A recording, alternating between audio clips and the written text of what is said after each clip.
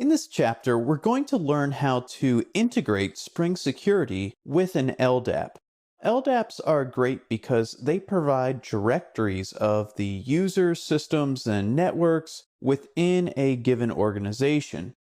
They serve as a central point of reference for a lot of information about the types of principals that will need to be authenticated within our applications.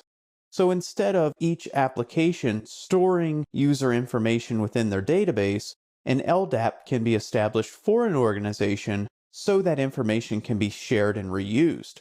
So this makes it a great candidate for integration with our authentication processes and Spring Security. The first thing that we will do within this chapter is we will stand up an LDAP, and then we will integrate that LDAP with Spring Security using very little configuration.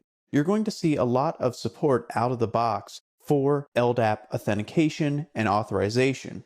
Once we have established a connection to the LDAP we are going to stand up, we're going to see how we can then authenticate with our LDAP when a user provides their credentials. We can store the credentials within the LDAP, and we can use that information to make our authentication decisions.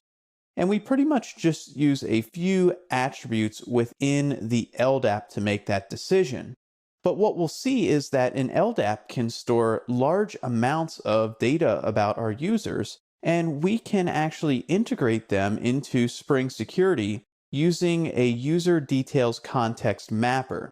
With this mapper, we're able to pull in more information about our users from the LDAP and then weave them into Spring Security using the user details interface as we have seen in the past. It really becomes seamless to connect your application-specific user classes with an LDAP. We'll also take a look at how we can fine-tune our LDAP configuration. Out of the box, if we set up certain structures within our LDAP, there is very little that needs to be done to work with Spring Security. But if our LDAP has a different structure, there are other attributes within the LDAP configuration in Spring Security that we must specify. So we'll talk a little bit about those attributes and how we can customize Spring Security to work with an LDAP that may follow a different structure. Before we dive into the lessons in this chapter, I just want to take a minute to remind everyone that they need to load the working files for each chapter.